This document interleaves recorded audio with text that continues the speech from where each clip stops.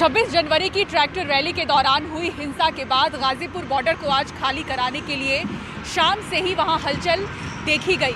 सड़कों को खाली कराने के लिए प्रशासन ने आंदोलन कर रहे किसानों को अल्टीमेटम थमा दिया। दिल्ली पुलिस और उत्तर प्रदेश पुलिस के अलावा आरएएफ और पीएसी के जवानों की बड़ी संख्या में मौजूदगी यहां नजर आई।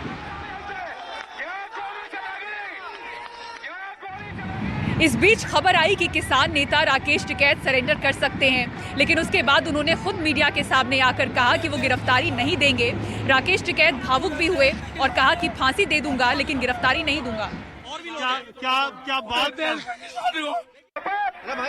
घोषणा करूंगा मैं, मतलब बिल्ली वाली गुंडागर्दी बातचीत चल रहा है, फिर यहाँ पर डंडा फिरवाने की कोशिश कर रहे, कोई गिरफ्तारी नहीं देगा। अगर यहाँ पे कुछ हुआ उसकी जिम्मेदारी पुलिस प्रशासन की होगी, कोई गिरफ्तारी नहीं देगा। यहाँ गोली चलेगी, यहाँ गोली चलेगी।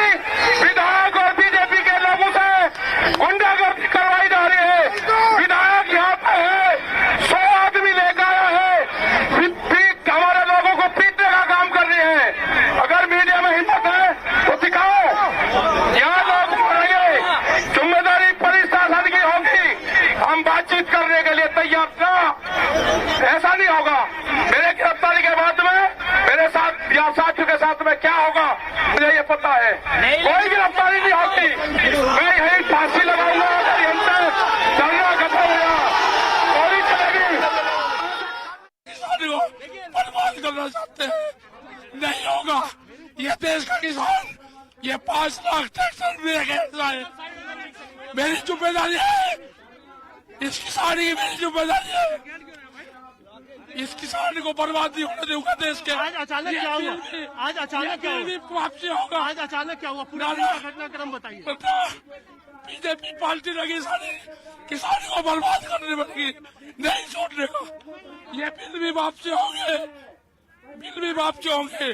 अगर बिल वापसी नहीं हुए, अगर कानून वापसी नहीं होंगे तो राकेश टिकैत आत्महत्या करेगा। साजिश खुल गई। आप रो क्यों रहे हो? क्यों रो रहे हो? मैंने आप खाली क्यों नहीं कर? हुआ क्या? नहीं खाली करने का, हुआ क्या? नहीं खाली करने का, नहीं खाली करने का, नहीं।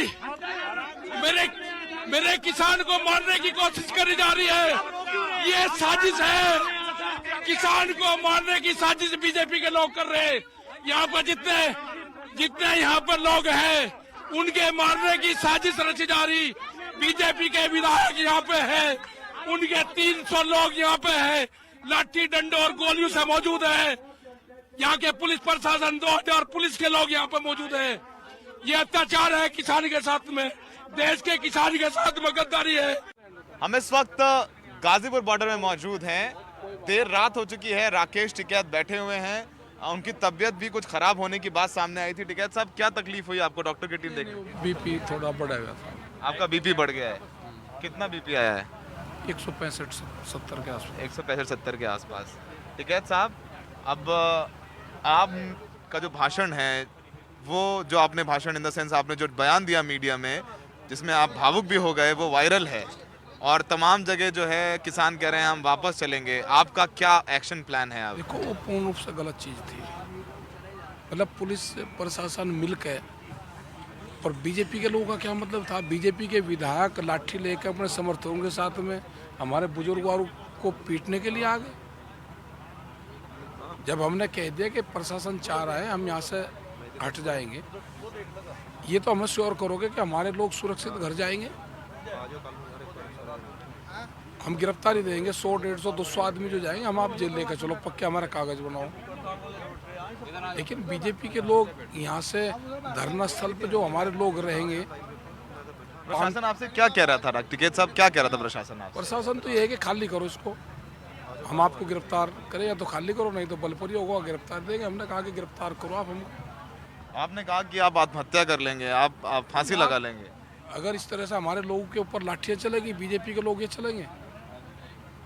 मतलब बीजेपी के लोग करेंगे या पुलिस करेगी?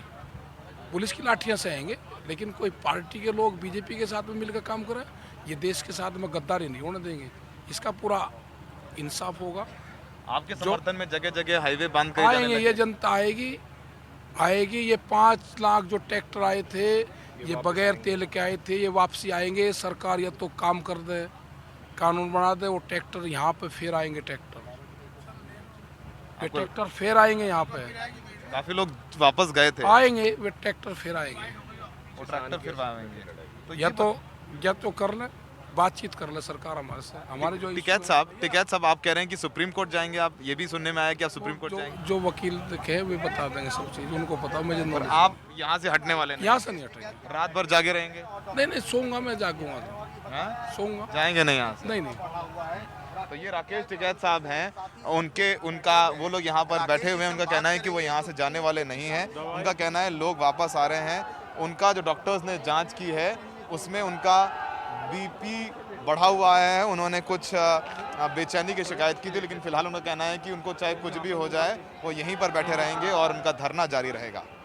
गाजीपुर बॉर्डर में सहयोगी सचिन गुप्ता के साथ सौरभ शुक्ला, NDTV इंडिया। 26 जनवरी को सिंघू बॉर्डर से किसानों का जो कारवां चला वो अपने तयशुदा रूट से अलग होकर बैरिकेडिंग तोड़ता हुआ लाल किले तक पहुंचा। और फिर लाल किले पर क्या कुछ हुआ ये आपने भी देखा, इसे बताने की ज़रूरत नहीं है। लेकिन हमारे सहयोगी शरद शर्मा ने ये पूरा रूट फिर से चेक किया जिससे किसान गुजरते हुए लाल किले तक पहुंचे थे। और इस सफ़र के दौरान ये समझने की और जानने की कोशिश की कि उन्होंने क्या कुछ नुकसान किया और क्या तोड़फोड़ की।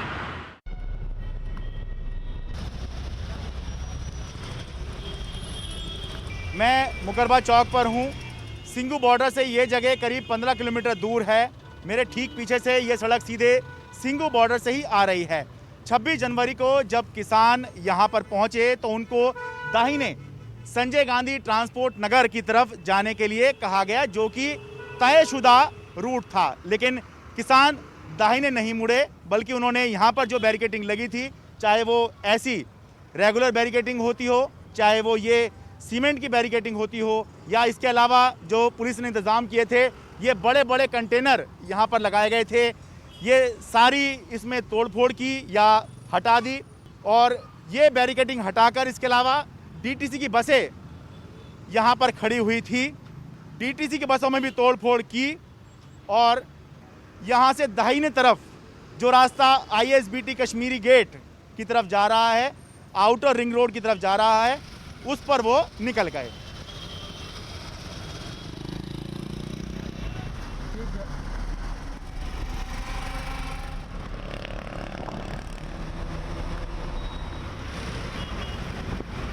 मुकरबा चौक से करीब 3.5 किलोमीटर जब हम आउटर रिंग रोड के ज़रिए ISBT कश्मीरी गेट की तरफ बढ़ रहे हैं तो हमें यहाँ पर ये बैरिकेडिंग टूटी हुई दिखाई दे रही है। और डिवाइडर, फ्लाईओवर के ऊपर एक डिवाइडर है, वो बीचों बीच से टूटा हुआ दिखाई दे रहा है।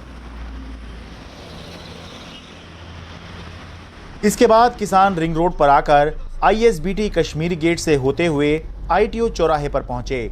सिंघू बॉर्डर से ITO चौक तक 35 किलोमीटर का सफर तय करके ITO चौक पर पुलिस के साथ उनकी जबरदस्त झड़प हुई।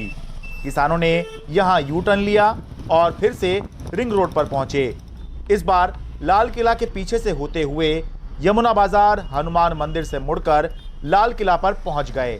कुल 40 किलोमीटर का सफर तय करके अपने आंदोलन पर भी सवाल खड़े करवाए और गणतंत्र दिवस जैसे अहम दिन पर किए गए पुलिसिया बंदोबस्त की भी कलई खोल दी।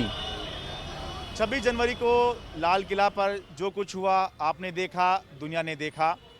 कुल मिलाकर मेरा और मेरे सहयोगी मुकेश सिंह सेंगर, जो सिंघू बॉर्डर से लेकर लाल किले तक किसानों को कवर कर रहे थे, हम दोनों का ये आकलन है कि किसानों को जहाँ पर भी रोका गया उन्होंने वहाँ पर तोड़फोड़ भी की, सरकारी वाहन छीनने की और छीनकर ले जाकर चलाने की बात भी सामने आई है, पुलिस का सामान भी लूटने की बात सामने आई है।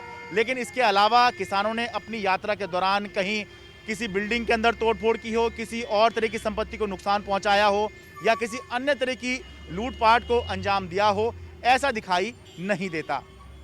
लाल किला दिल्ली से अपने सहयोगी कैमरा पर्सन प्रेम सिंह और अपने सहयोगी मुकेश सिंह सेंगर के साथ मैं शरद शर्मा, NDTV इंडिया।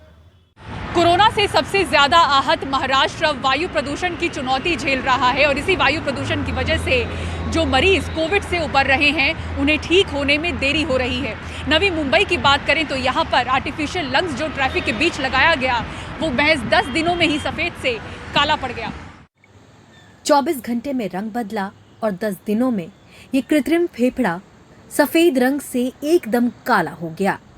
मुंबई से सटे नवी मुंबई में बीच सड़क पर लगे इन आर्टिफिशियल लंग्स के जरिए वातावरण संस्था ने प्रदूषण के स्तर को दिखाने की कोशिश की। 10 दिन में ये जो आर्टिफिशियल बोर्ड काला पड़ सकता है, तो नई मुंबई के यहाँ पर 15-20 साल से रहने वाले जो नागरिक हैं, सिटीजन्स हैं, उनके फेफड़े कितने खतरे में हैं, ये हमारे सामने दृश्य स्वरूप में समझने के लिए काफ़ी है। तो इससे ये नई मुंबई के लोगों के अंदर जागरण करना, ये उसका मकसद था। इसके साथ साथ प्रशासन इकट्ठा आकर इसके ऊपर एक कोई ठोस साझा कार्यक्रम तैयार करे, एक्शन प्लान तैयार करे कि ट्रांसपोर्ट हो, कंस्ट्रक्शन हो, इंडस्ट्री हो, ये सभी अलग अलग जो घटक है ये प्रदूषण निर्माण करने में, पोल्यूशन तैयार करने में उसका जिम्मेदार है। तो उसके ऊपर हर क्षेत्र के ऊपर हमें काम करना पड़ेगा। नवी मुंबई में 201 तो मुंबई शहर में वायु गुणवत्ता 231 यानी खराब श्रेणी में है। स्मॉग के कारण मुंबई की ये इमारतें कैमरे पर भी साफ नहीं दिख रही। श्वास रोग विशेषज्ञ कहते हैं कोविड से ठीक होने में कई मरीजों को प्रदूषण के कारण देरी हो रही है। पोल्यूशन की वजह से लंग के ऊपर असर हो सकता है, हार्ट के ऊपर असर हो सकता है, ब्रोंकाइटिस हो सकता है, obstructive airway disease, asthma, COPD, इन सभी चीजों के साथ पोल्यूशन का संबंध है। तो जो पेशेंट्स मॉडरेट और सीवियर कोविड से रिकवर हो रहे हैं, हमने देखा है कि पोल्यूशन की वजह से इनके सिम्टम्स ज्यादा होते हैं और इनको रिकवर होने में ज्यादा वक्त लगता है। ऑल्सो हमने देखा है कि इन पेशेंट्स को दवाइयों की भी जरूरत ज्यादा पड़ती है। महाराष्ट्र में वायु प्रदूषण की चिंता के बीच नागपुर और पुणे जैसे शहरों में कोविड के समय से कचरे के बढ़ते ढेर और अवैध तरीके से जलाए जा रहे कचरे के खिलाफ खूब आवाजें उठ रही हैं। पुणे सिटी में जितना जनरेट हो रहा है वो कचरा लाके यहाँ पे डंप करना चालू कर दिया। ये मेरे पीछे जो आप शेड देख रहे हैं, ये शेड में पूरा कम से कम 1 लाख मैट्रिक टन कचरा अंदर डाल के वैसा ही पड़ा हुआ है। उसके बारे में हमने एनजीटी कोर्ट में कंटेम्प्ट दाखिल किया हुआ है। उसके साथ mister commissioner mister Saurabh Rao के अगेंस्ट हमने फॉल्स एफिडेविट का केस भी कोर्ट में दाखिल किया हुआ है। पुणे म्यूनिसिपल कॉरपोरेशन वो जितना कचरा लाना है उतना ला रही है, लेकिन अभी ये कचरा यहाँ पे जो साइंटिफिक लैंडफिल साइट है यहाँ पे डाल रही है। अभी पुणे सिटी में कम से कम 1.5 से 2 लाख मैट्रिक टन कचरा रोड पे पड़ा हुआ है। हर साल बदतर होती वायु गुणवत्ता पर चर्चा हुई है, लेकिन इस साल कोविड के प्रकोप के बीच प्रदूषण का खतरा बड़ा है, क्योंकि इसका सीधा प्रभाव कोविड से रिकवर हो रहे मरीजों पर पड़ रहा है।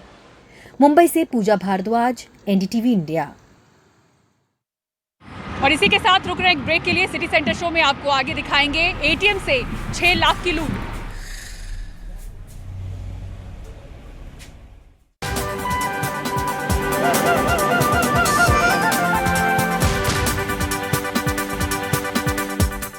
और अब खबर राजस्थान के भिवाड़ी इलाके से, जहां लुटेरों ने एक एटीएम से 6 लाख रुपए लूट लिए।